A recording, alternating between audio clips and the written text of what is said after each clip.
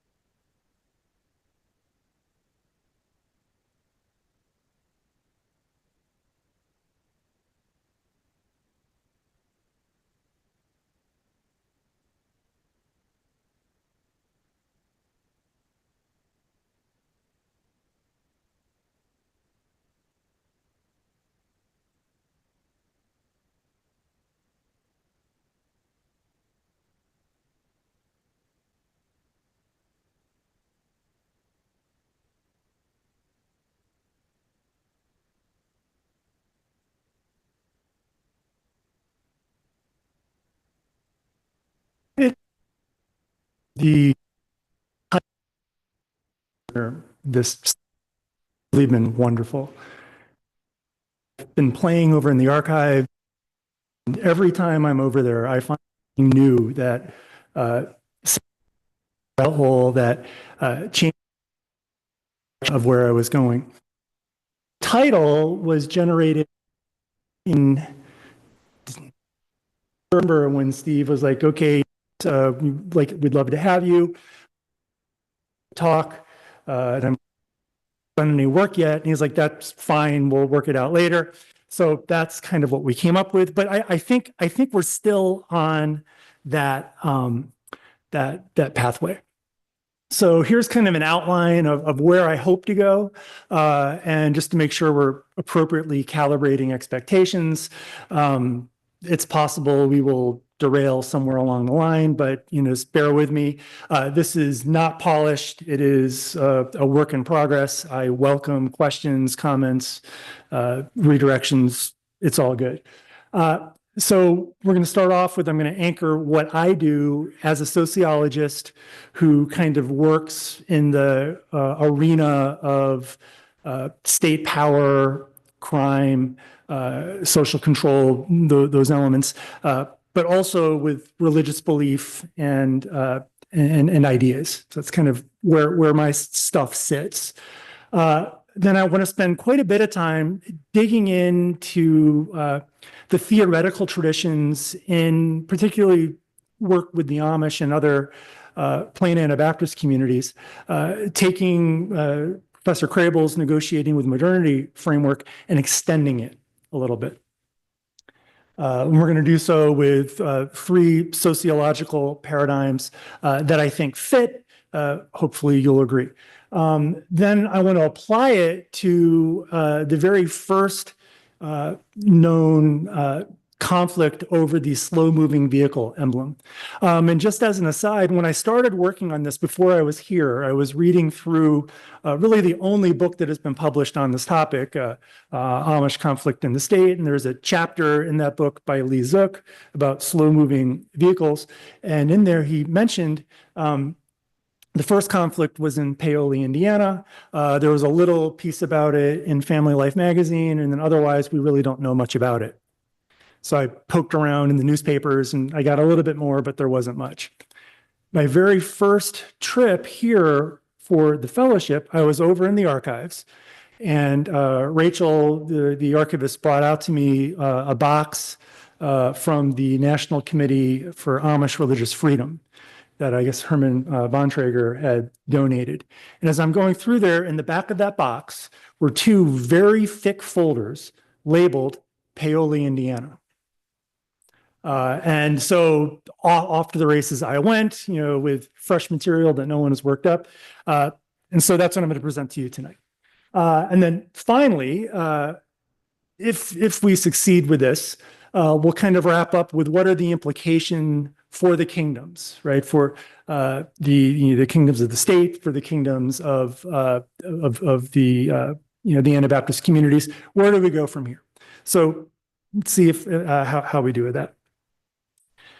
So just to kind of lay the groundwork, as a sociologist, which is a discipline that tries to understand human behavior in the context of larger groups, I'm interested in developing generalizable, extensible social theory. I am trying to identify propositions that will hold across different sorts of groups.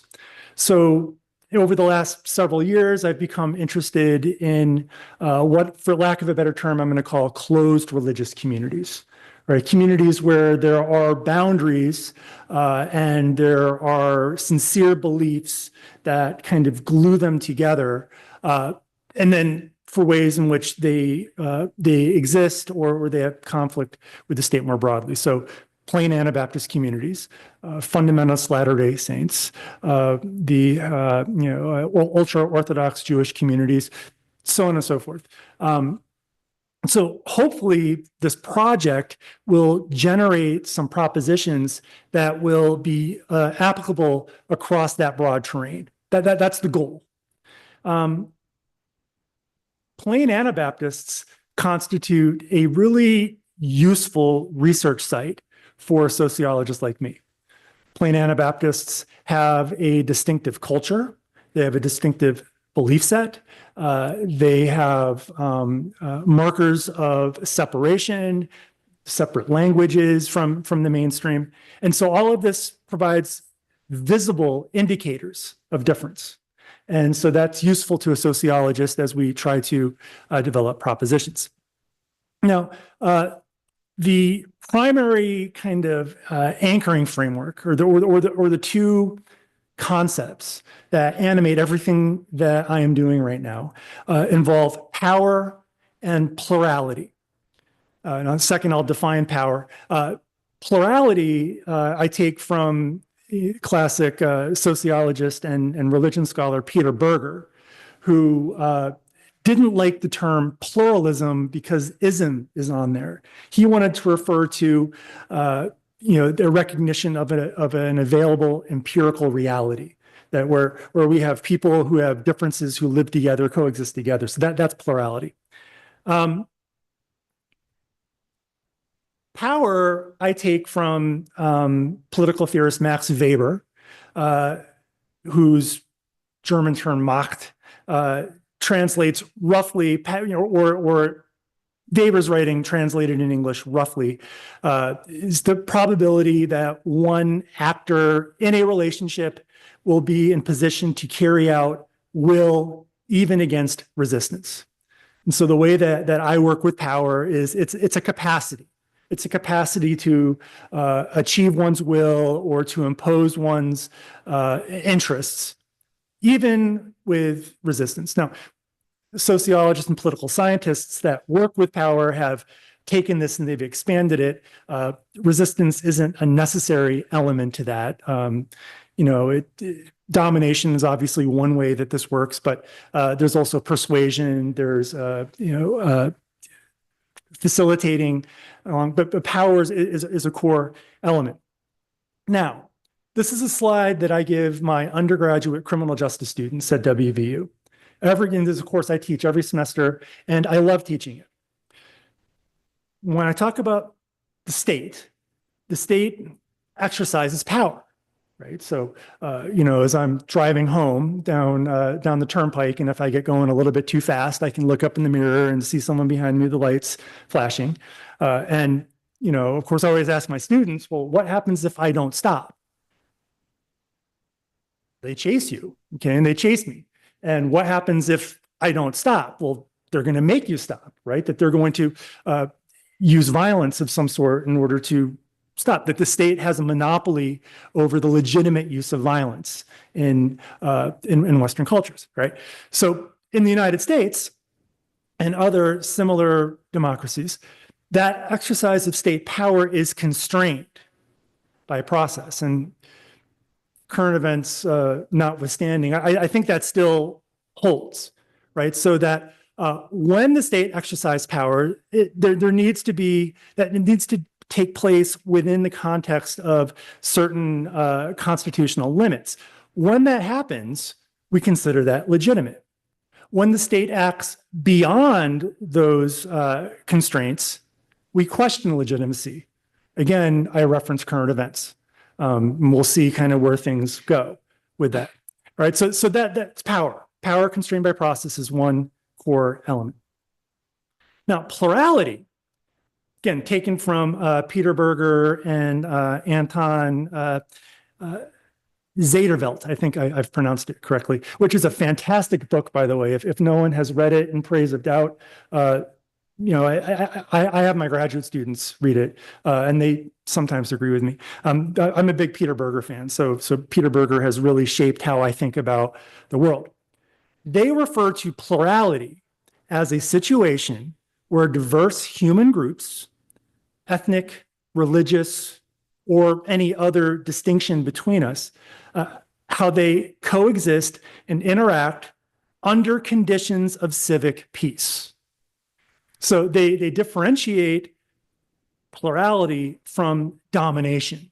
And they give the example in this book of consider the antebellum South in the United States, where African derived folks and white Southerners lived together, but it wasn't in peace. It was under a form of domination. And that persisted after the war for almost 100 years through Jim Crow frameworks, right? That wasn't plurality, that was something else. What we're interested here is this notion of plurality, where we have these different groups and they coexist peacefully in some way. Now, a provocative argument that Berger, and I just forgot how to pronounce the other name, an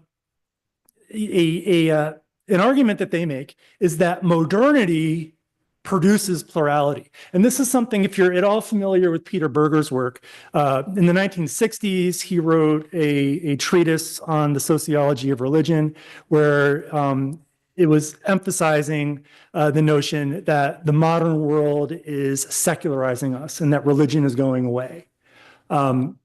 And of course, for 50 years after that, the empirical record has demonstrated that's absolutely not the case, that religion is alive and well, and it might be morphing in certain ways, but it's alive and well. And so this is Berger's kind of revision of that idea that, well, modernity actually produces plurality. And they have this chapter in the book, The Many Gods of Modernity.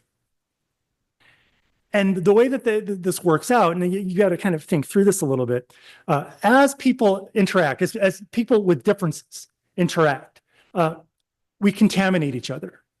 Ideas that you have, ideas that I have, we exchange them. And if we're interacting in good faith on good terms, it's like, well, that's not completely ridiculous. There's a point there. That contamination makes it difficult for us to other each other.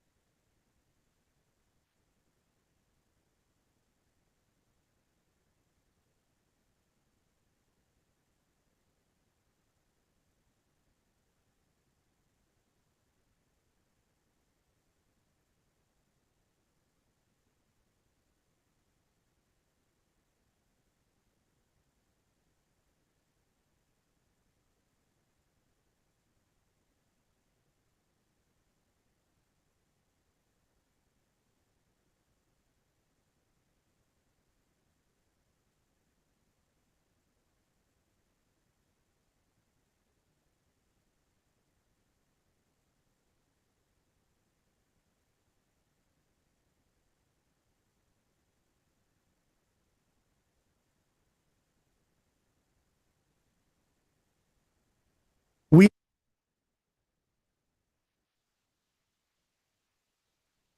things that invigorating effect on just traditions. And this is Berger's recovery of authorization theory. I think the empirical record of religion over the last reinforces that point. You know, that religious communities are and having an even greater effect rather than a lesser effect. Now, plurality then produces some paradoxes, right? That plurality leads to us to interact as people, you know, that makes it difficult, you know, for us to partition off and consider the other as something, you know, not worthy of engagement. But at the same time, it creates frictions or friction zones. And that's kind of where I want to go today. So in arrangements like we have in North America, the United States and Canada, we have the welfare state that attempts to provide goods and services to the population to benefit them. The state exercises power, right? The state has statutes. We were talking about last night at dinner. We were talking about there was an accident apparently with a scooter. You know, with some Amish folks on a scooter that got hit, and then there was a question about, well, actually under the law, the scooter is actually supposed to be functioning like a pedestrian, so they're supposed to be on the other side of the road, not going with traffic, going against traffic. In any case, you know, that's a law that was written, you know, with an interest to try to keep people safe. We'll get into more of these examples in a little bit. The state has the power to enforce those laws, right? To use the power of the state. The state assumes the power to define the common good. And then when you have minority, ethnic, religious, cultural groups that have a different vision of the good, that sets up the grounds for conflict. Particularly religious communities that have alternative authority structures that for members of those groups is equal to or supersedes the civic authority, we have the grounds for conflict. That's where I want to focus my time today. And so just because I wanted to show off my PowerPoint skills, I put together just a little, you know, visual aid. What we're observing in these conflicts is a clash between two fundamentally greedy institutions, is the term that sociologists use. A greedy institution is one that has voracious expectations that we are going to comply. And so if we take sacred authority and secular authority, they're both greedy institutions. When we run into a issue where they overlap, that is our conflict zone. So that is going to be the conflict over slow-moving vehicles in Paoli, Indiana. This is the conflict over gray water collection systems in Fillmore County, Minnesota. These are conflicts over child welfare proceedings on how are we going to handle accusations of maltreatment. Is this a matter for the church elders, or is this a matter for a social worker? This is where those conflicts emerge. Now, the other thing, and I'm sliding this in, plurality is refractive. And so we're seeing lots of splitting. And so what I have on the screen here, and I had to work this in for part of my work was funded by a National Science Foundation project last year. And we have to present some of this. And so we're trying to work this in here. We took the 2020 Holmes County, Ohio Amish directory, and we extracted data out of it to map relationships. Okay. And so the sociogram that you have there on the left side of your screen is showing you linkages between church districts. Now, as you see, we have, and Edsel has advised we need to relabel Old Order to be something more like Holmes, Maine, but we have these different Amish groups. And these different groups have different ordnung, they have different cultural patterns, and they also have different social relationships. And so if you look over here on the right, you have these new order groups that are primarily by, interacting with themselves. And I guess I should also define that a family connection is marriage, or a child has, left one district and moved into another. That's how we get those measurements. Okay. And so you see that we have these old order and new order groups where there's a linkage there. Okay. And so there's mixing. You also have up at the top, these Andy Weaver Dan, which is a more conservative, traditional group. They're pretty much clustered off on their own. And then down here in the middle, you have these fractals of Holmes, Maine, Old Order that are grouping together, but they're not interacting with those over on the left. And so what we think this is showing you is that these folks are clustering into relational networks, right? They're coexisting. They're all part of the Holmes County settlement. You talk to them, yeah, we're all a piece of a people, but they clump together with affiliations, and these nodes are moving dynamically over time. And so one of the things that our team is trying to do is we're trying to take this and we're going back to the older directories and trying to replicate this just to try to see how those patterns move. I think this has bearing on where we're going, but we'll see. Okay, that's all preamble. So now let me kind of give you the case study as quickly as I can. And then once I give you the case study, then I want to go through the theoretical toolbox and then go back to the case study and see how that toolbox expands the possibilities for understanding what's happening. So here's a timeline of the conflict in Paoli, Indiana. The conflict began in 1968, and I'm terminating it in 1973 when the state officials kind of washed their hands of it. It begins with a law that was passed in 1967,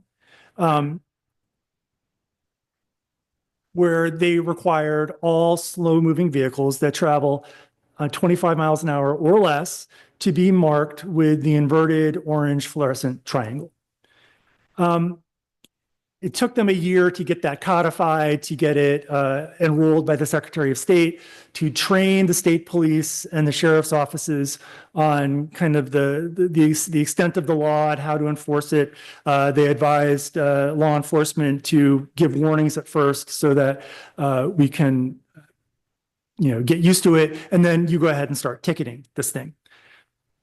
In May of 1968, right after Memorial Day, a slew of tickets were issued in the community of Paoli, Indiana, which was a little settlement of about 20 families.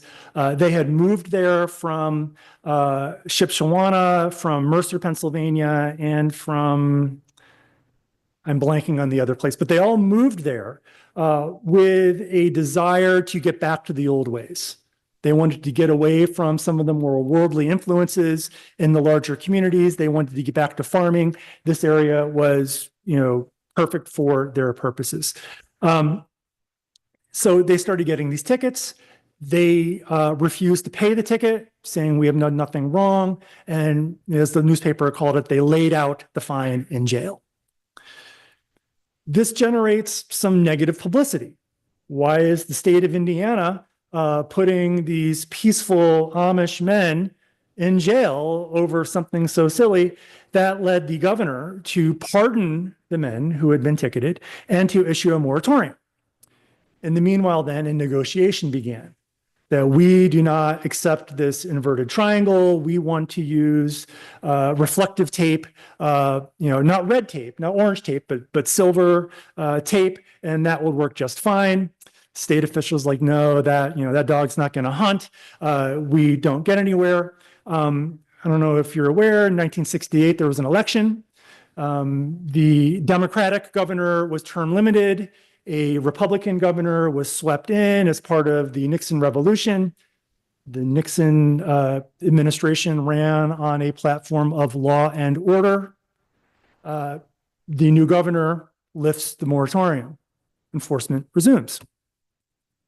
Once again, multiple tickets are issued to Amish drivers of horse-drawn vehicles lacking the emblem. While this is going on, and I'll get into this in just a little bit, but an ultimatum comes from the only Amish church district that this group was in fellowship with, a group over in Kenton, Ohio. And they're like, don't concede. If you concede, you don't go with us.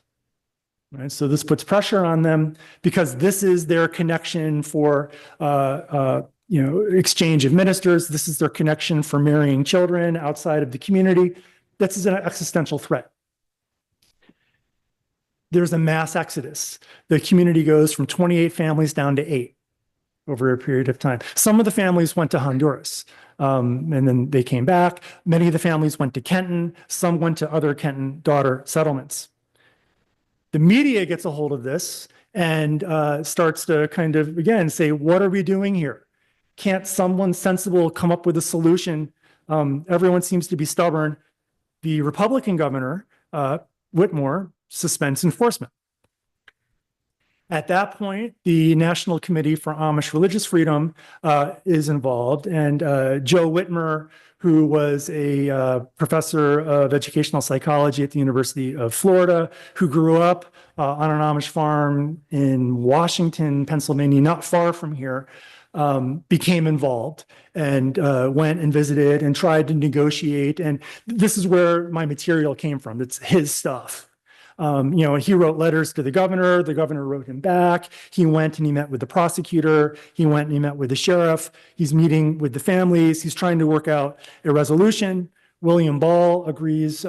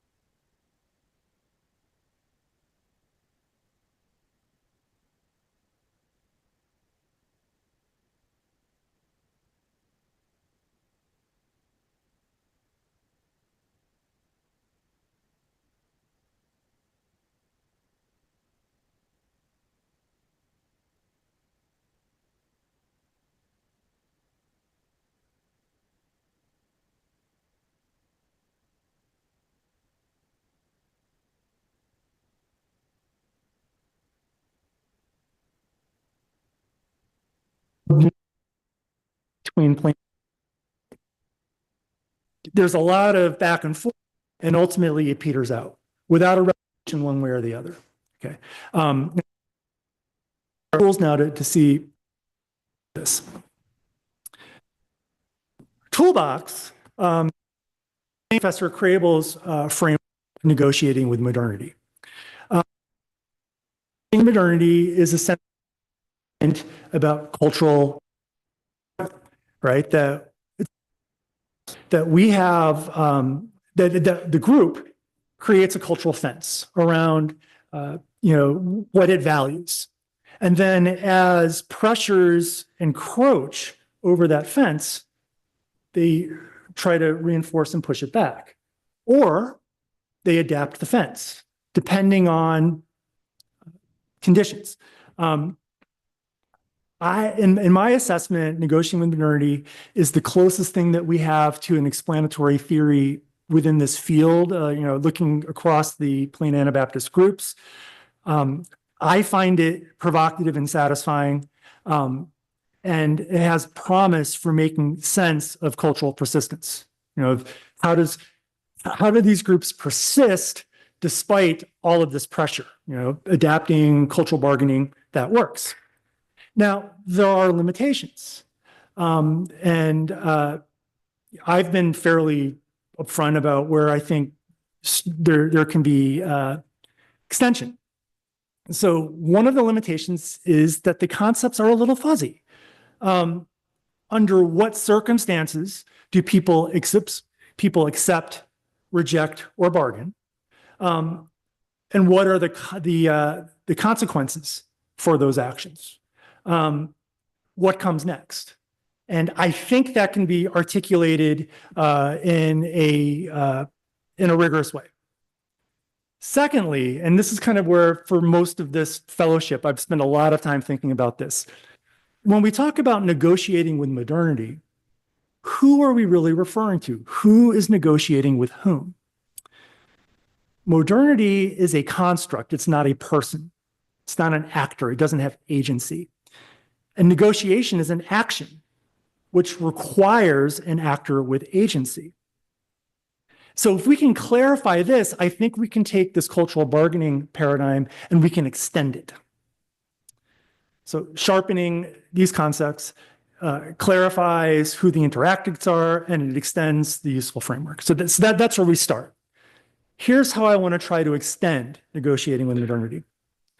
First, we bring in a paradigm that comes out of a tradition in sociology called symbolic interaction. Symbolic interactionists believe that human beings are fundamentally meaning-making creatures. We act towards things that have meaning for us. And those meanings are not like stable or baked in. They're constantly being dynamically regenerated, right? They're being renegotiated, if we use that term. Negotiated order recognizes that, okay? And so this is an idea that was kind of formed in the 1960s and 1970s through the 1980s. It hasn't been that popular since then, but I'm going to try to bring it back. They offer kind of a postulate that all order is necessarily negotiated order. We have to agree to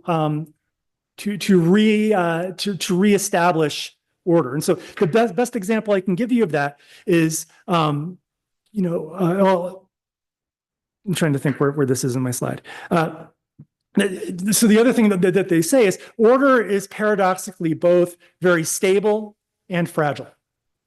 Okay, it's stable in the sense if you drive home tonight and you go out onto the road, by and large, everyone's going to be following the same kind of rules, and you can anticipate and expect what they're going to do. And, that's how life gets on. And they're not doing it because we have, agents of the state everywhere enforcing what you're doing, right? We more or less agree, okay, you drive on the right, in the United States, you drive on the right side of the road, you keep within a certain range of the speed limit, you keep a certain amount of distance with the car in front of you, it all works, right?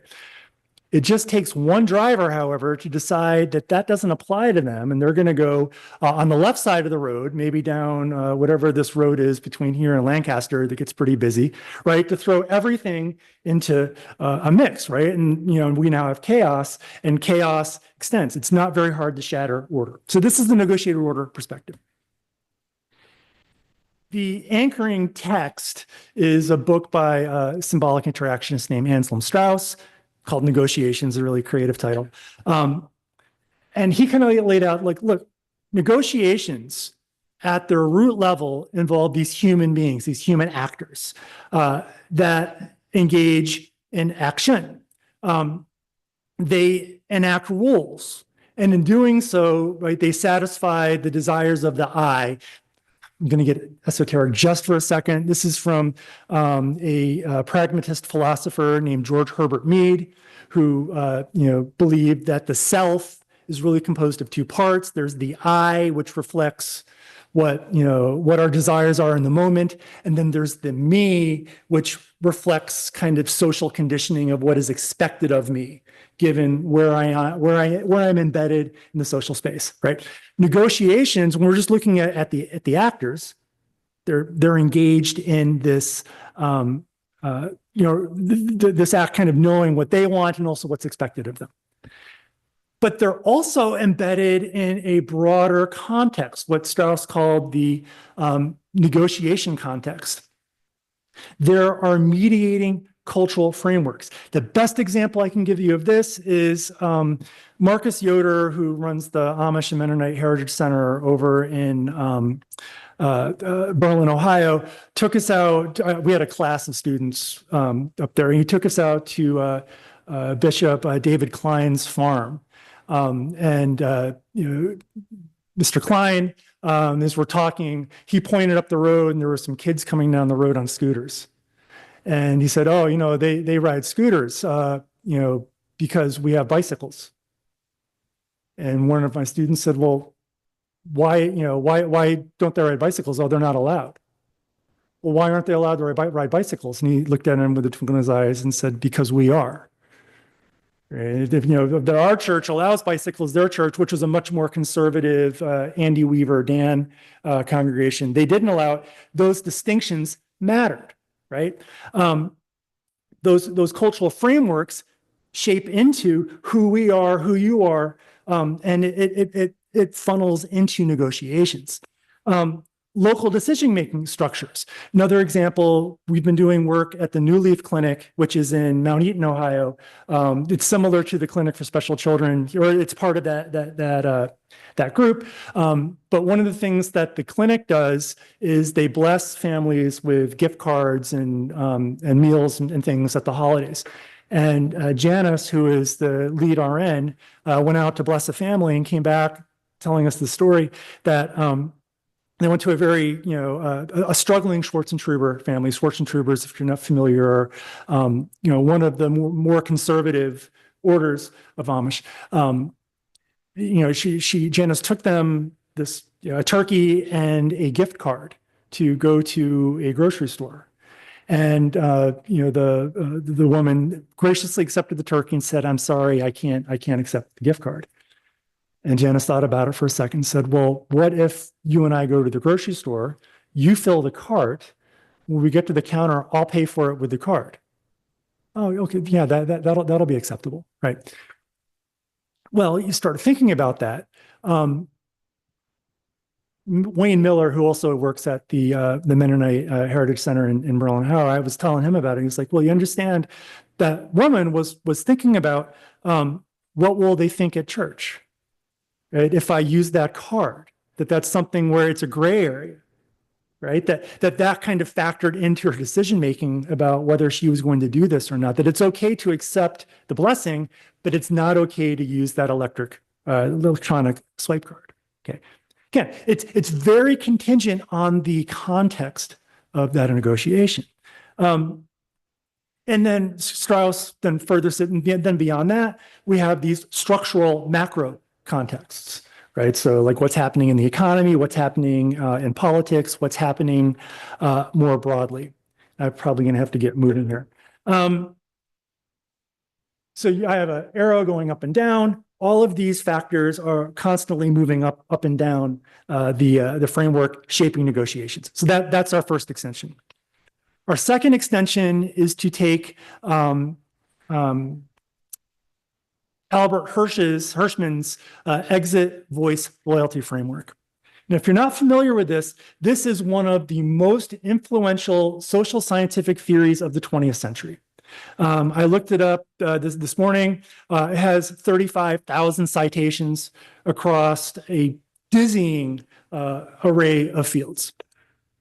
It's in the same league with Robert Putnam's Bowling Alone and Kahneman's Thinking Fast and Thinking Slow, right? It's a super influential set of propositions that have been empirically tested. Now, that's the key thing here, that this is how human beings tend to operate. Its central proposition is that when people are dissatisfied, they have one of two options.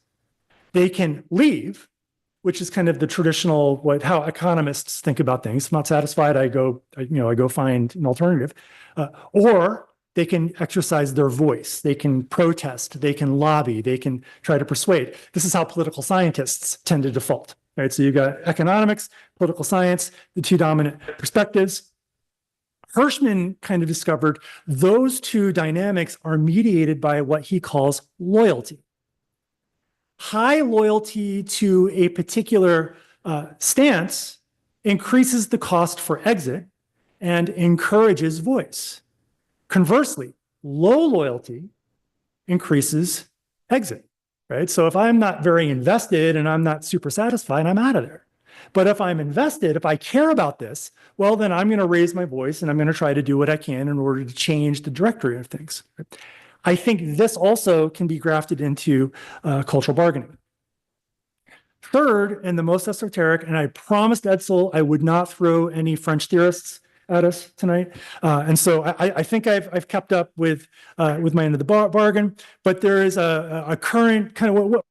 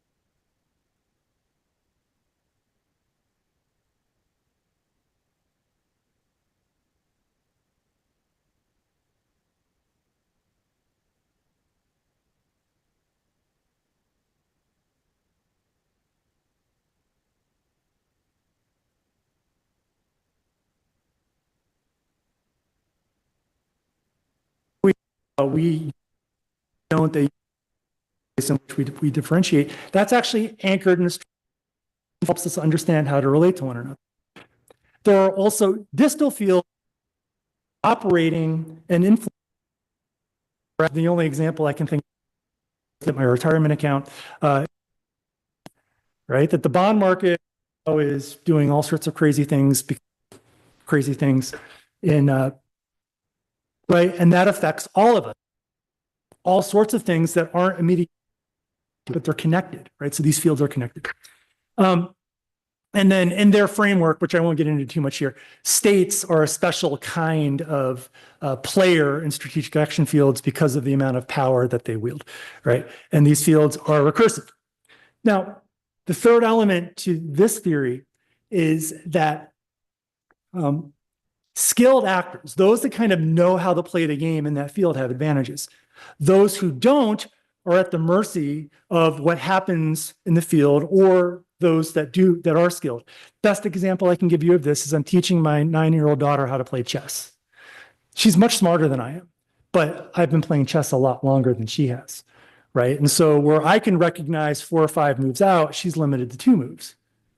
She's at the, if I want to be mean, she's at the mercy of how I set up the board, right? Because she lacks skill. Skill is developable, right? But that's one of the elements here. Skilled actors can induce cooperation. They can appeal to common identity, beliefs, interests. They have ways of advancing negotiation. All right. And yeah, I'm almost an hour in, so I'll speed it up. So let's go back to negotiating with modernity and let's try to extend it. We begin with the proposition that cultural fences demark our boundaries, right? So those boundaries and boundary maintenance is a perfectly sensible way to think about persistence. Negotiations then, when those fences get jumped or pressured or influenced, then actors, concrete actors, human actors, embedded in mediating processes and located in strategic action fields begin to negotiate. Actors use their agency and they mobilize their skills in pursuit of the outcome they want. So I understand there's a negotiation locally right now kind of over certain technologies and whether we're going to accept some or not or rule them out, right? That's all playing. All of this is going on there. The outcomes reflect propositions of exit, loyalty, voice, right? That as our position doesn't seem like it's going to prevail, well, maybe we will exit, we will leave. Or, okay, we'll live with the outcome because we have loyalty to the community, to the broader context, right? Or we really dig in and we're going to fight. These negotiations, and this is what I think is most important, or what I'm trying to make sure gets animated here. These negotiations are simultaneously bilateral, right, between two fields, trilateral between two fields and a third field, quadrilateral, hexalateral, right? It goes on, and that's all operating here. It's probably pretty abstract. The position in the field, the loyalties in multiple fields, social skills, all ultimately influence the resolution of conflicts. Acceptance, rejection, or compromise. So, application. Let's go back to our case study. Just really briefly, I've already dug into most of the details on this. This was a young settlement, less than 10 years. There were few indicators of conflict before this erupted, but within a distal strategic action field, this was the 1960s. People were cognizant of conflict over compulsory education. The Amish and certain Mennonites, were not down with kids going to school past a certain age. They weren't down with consolidated rural schools. They wanted their one-room schoolhouses. There were tax implications for all of it. Like this is all floating around. This is also the era of disputes over Social Security. So that's in the ether. Let me introduce another strategic action field that shapes what's happening in Paoli at that time. Unsafe at any speed. Traffic fatalities and danger on the highway became a major policy concern with state and federal government. I spent quite a bit of time going through the newspapers, and I lost count of the page one above the fold headlines about these horrific crashes that were occurring on these roads. This was a major concern, safety. Okay.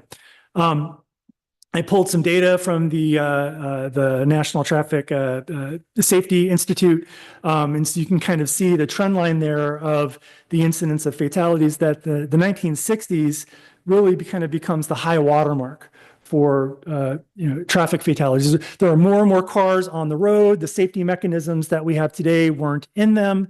That this was very much a concern. A proximate field to traffic safety was farm safety. Oops.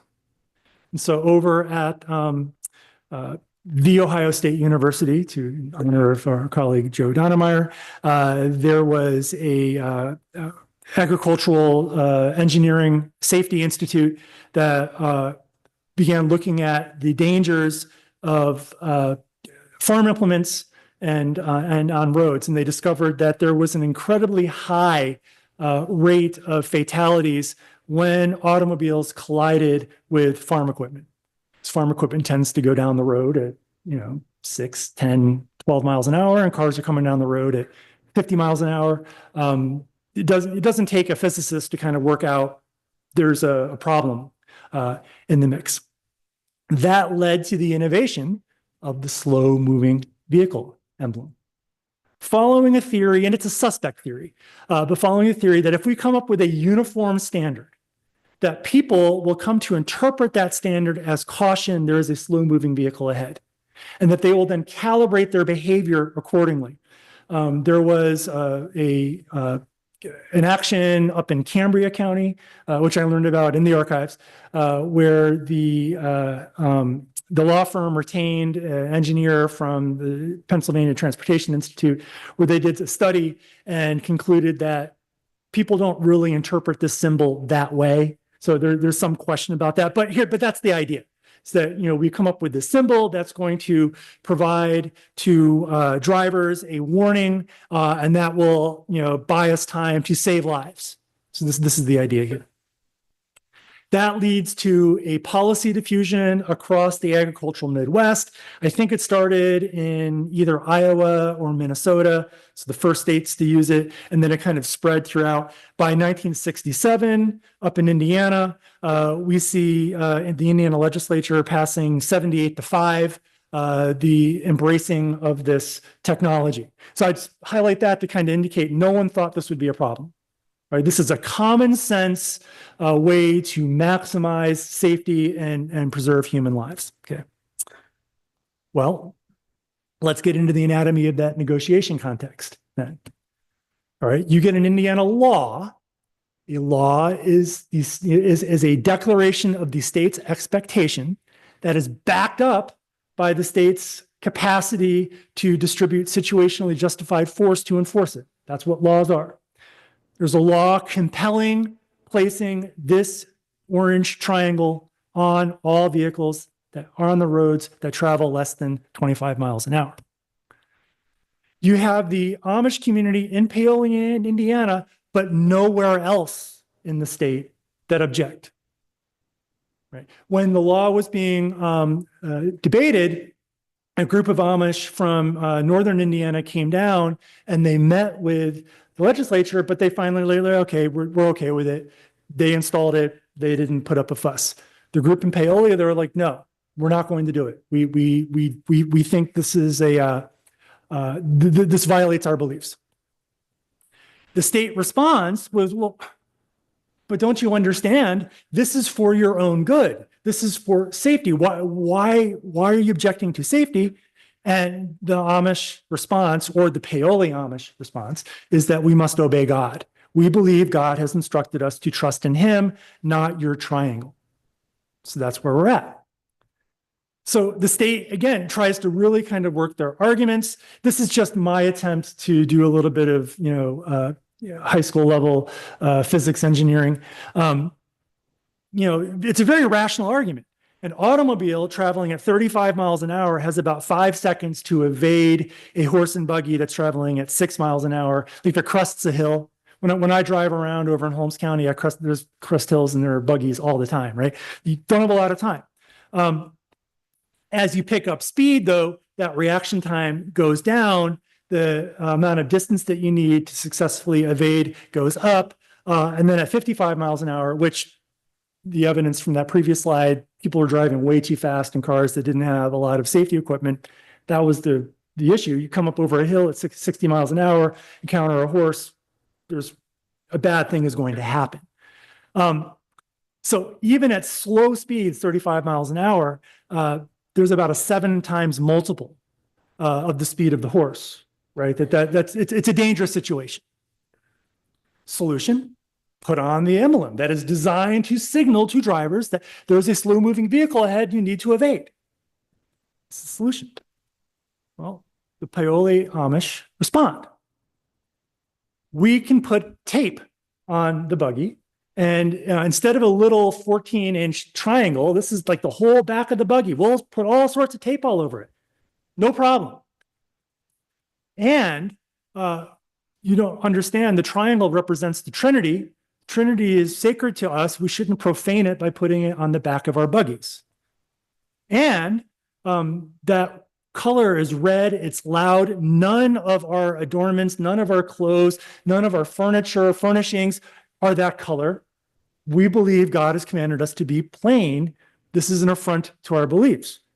And this got a little interesting. They actually said this. We think maybe that sign that you're requiring everyone to put on cars, that might be the mark of the beast.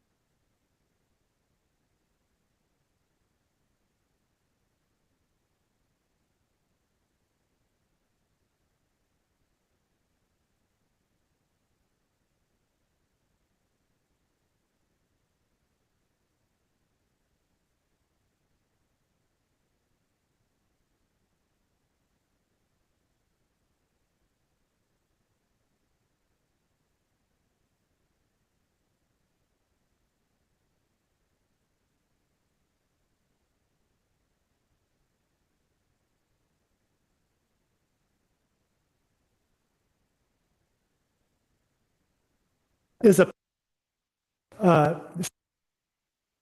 they are link, very approximate link to the Paoli Church, the only church that they are in fellowship with. Okay, and so it starts to just to come home, because I know I'm out of time, Steve. In Kenton, Ohio, long history of being, that's the best term that I can use for it. They are having conflicts over where other old in Ohio would come up with a negotiation. They wouldn't. They dug in.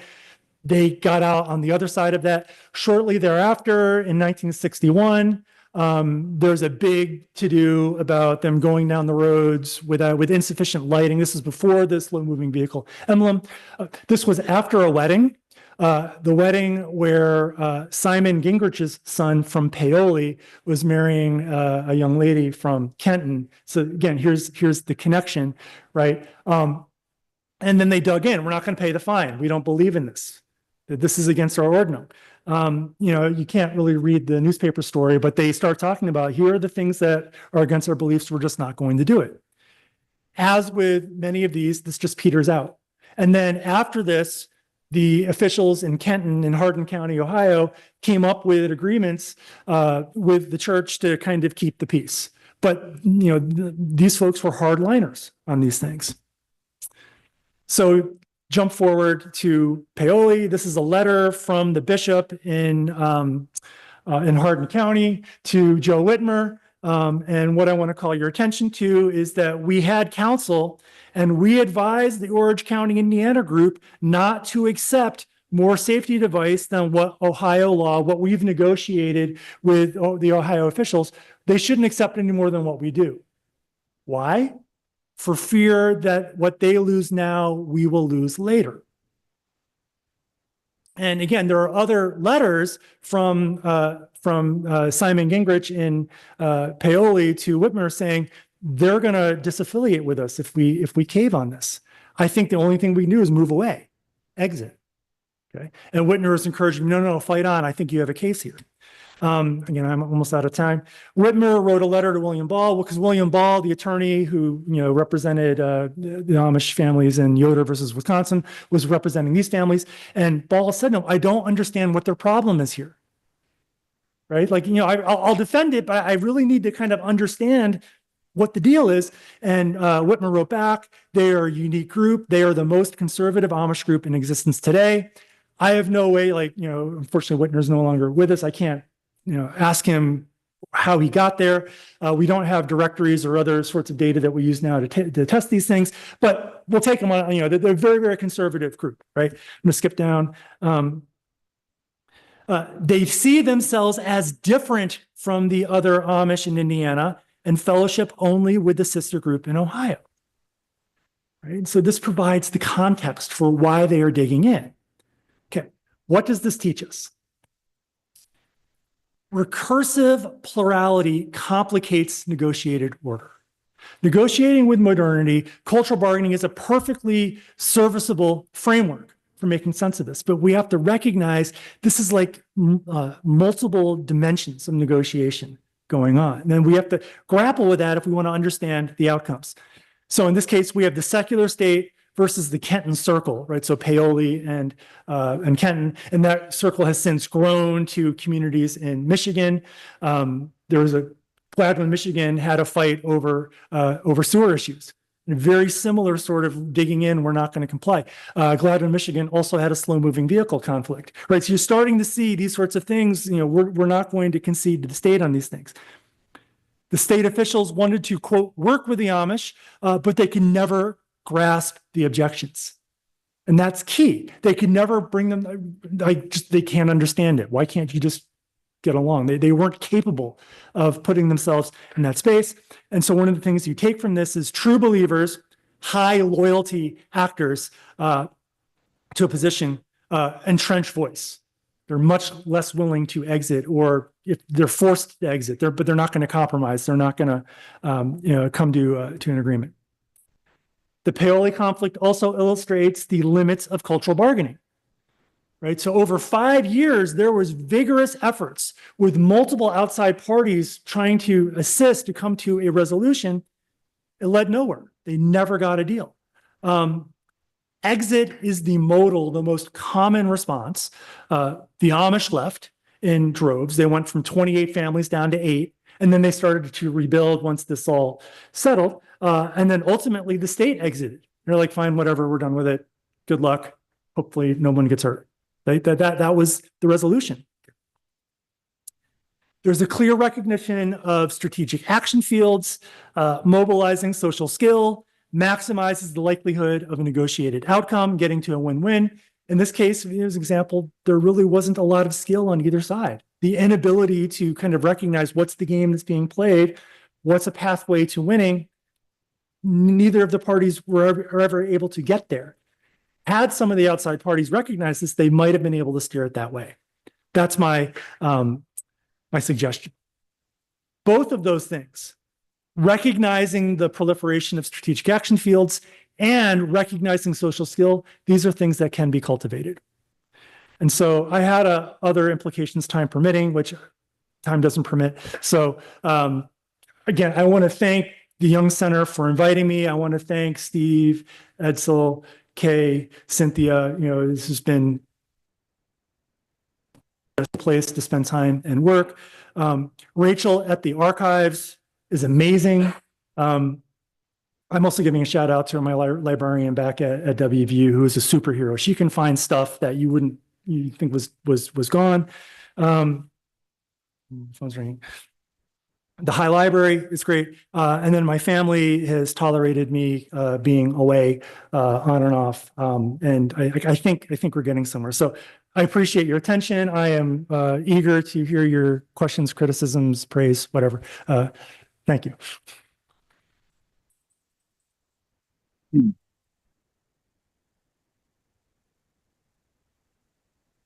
Questions, but please, as best you can, repeat the question into the microphone so it's captured for the recording. Got it.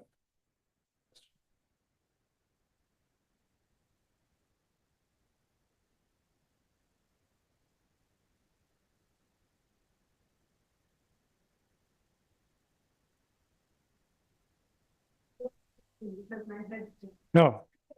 All the ways that what you're saying works not just in plain communities. No, the idea is that this extends to any group.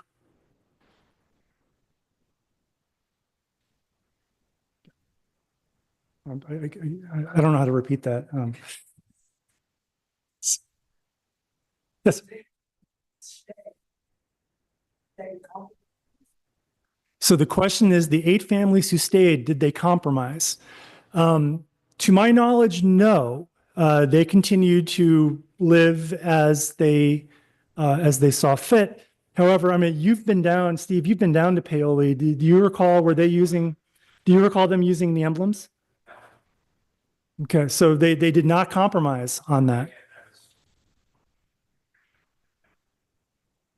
So no, and they've persisted. And again, the Paoli, they're linked to Gladwin, Michigan, that had a very similar conflict. I mean, it's like we've seen this movie before. We see these conflicts play out, and they always have the same contours.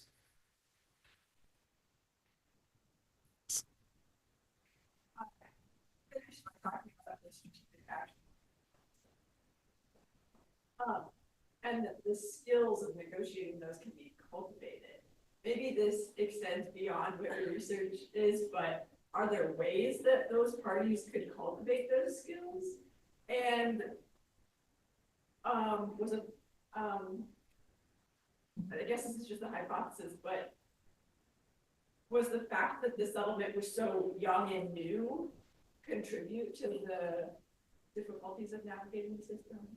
Okay, so I think there are 2 questions there. The first is, if I'm remembering this right, how do the skills get cultivated? And then your second question was the maturity of the community in terms of its age? Did that have a factor? So going with the second question first, I think that absolutely has a lot to do with these conflicts. Steve and I have talked a little bit about how the rules will get promulgated. Like banks will get a rule that, okay, if you deposit a certain amount of cash, you need to have certain things in line, and that some of the people in some of these communities don't have that, like certain forms of ID, for instance. And in established communities around here, over in Holmes County, Ohio, the banks kind of know, and it's not a problem, and they use their discretion and work it out. It's much easier to come to an agreement. In communities where this is a new sort of foreign ethnic group, there are some dynamics of what sociologists call minority threat. And that kind of triggers in more of a distrust, less willing to give the benefit of the doubt, more likely for there to be conflict over these things. Now, on the social skill front, I'm still half-baked on this idea, so I don't know if I have a really satisfying answer. I do think that social skill can be cultivated by observing negotiations play out, right? And so the same way that a good negotiator learns how to negotiate, like a good negotiation is getting to a win-win, kind of figuring out what does the other party want, what can I give up so that they get what they want, but I still get what I want. There's this great book called Getting to Yes that frames that. How did these people learn that? They learn it by observing negotiations and seeing them go well and seeing them go not so well. That's how you cultivate skill. One of the best examples I can give you of this, Steve loaned me a copy of Kinzinger, Andy Kinzinger's, a collection of books about the parochial schools in Pennsylvania, where he kind of goes through all of the conflicts of the plain parochial schools and how they worked out resolutions, compromise.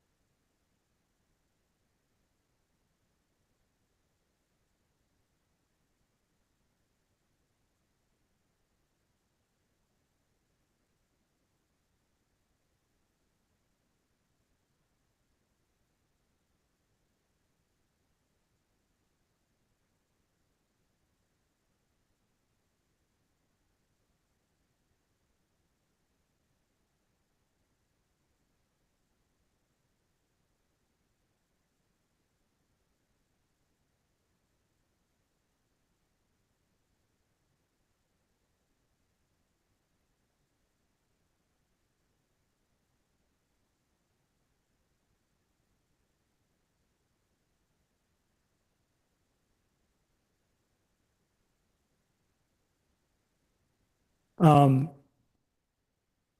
done some work on immunization. It's trouble and rather not experience again. So I'm careful how much I say. Even someone will find it and get yelled at. We're not going to do that because, of the, once they become aware, well, this is connected to that. And, so for instance, at New Leaf, they've been very effective at getting some of the more resistant families to consider some of the preemptive immunizations on the grounds of this will be cost effective. It's going to keep you out of the hospital, right? Because your child with cystic fibrosis, for instance, is susceptible to this, and the flu is running around, and if you take the flu shot, it's going to cut down the risk of you catching it, and because of your compromise, and somehow that connects, and then they agree, and okay, well, we'll take the shot. But the clinic never forces the issue. They never come at this with you have to do this, or you're like abusing your children, or, there's the sorts of things that some public health zealots will do. Is they have much more grace, much more skill to how they present that. And they kind of with humility, they're like, okay, we're going to live with it if you disagree and want to go your own way. We'll find some way to coexist peacefully. And I think that's where we tend to see the best outcomes in these conflicts. Skill goes both ways. And so in many of the conflicts that I've studied this semester, it's the state officials who are the ones who are being bullheaded about it, right? That there's no reason that we can't, there's probably no reason that the tape on the back of the buggy is not adequate. Now, I understand that really only helps at night. It doesn't help during the day, where the color does help during the day. And most of these accidents take place during the day. So those are all points well taken. But my guess is a little orange triangle probably isn't going to prevent those accidents either, right? And so in which case, in the position of these churches that refuse to use the emblem, they're like, well, then it's God's will. And it's in God's hand, and we've made our peace with that. So I don't know how well that answers things, but that's how I think about it.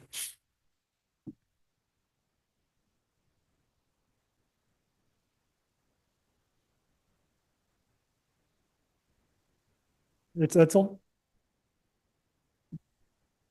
Edsel, did you have a question or observation?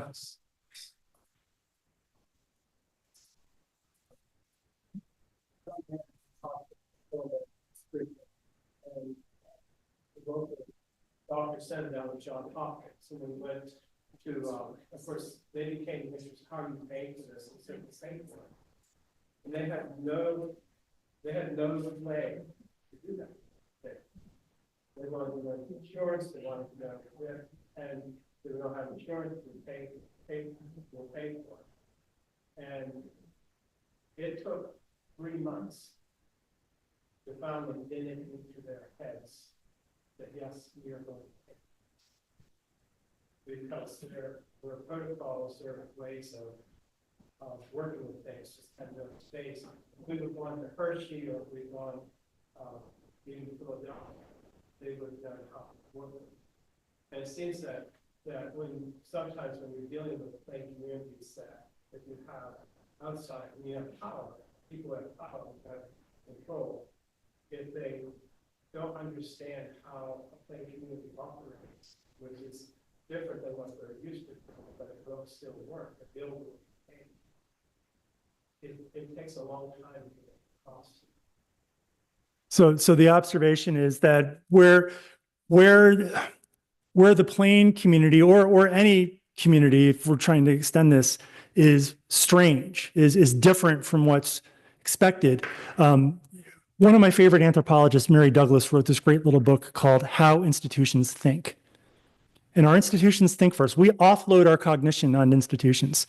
And so for a health system that has no experience with a religious community that has a sincere religious objection to insurance, for instance, they can't rock this. And their system is set up for insurance. Right. And so it's a non-starter. So you're absolutely right. There's a lot of friction to get those conversations started. And then the extent to which we can have a successful negotiated outcome really depends on the skill and the humility of the actors involved and their willingness to come. And often we see that you just don't have that, especially in medicine. Medicine often is fairly imperial in how they do things. But and we are seeing resolutions along those lines with the plain communities.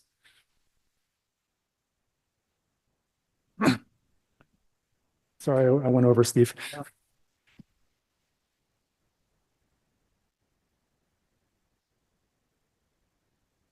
Thank you, Corey, for the presentation and for being here this semester as an enjoyable colleague to share the semester with.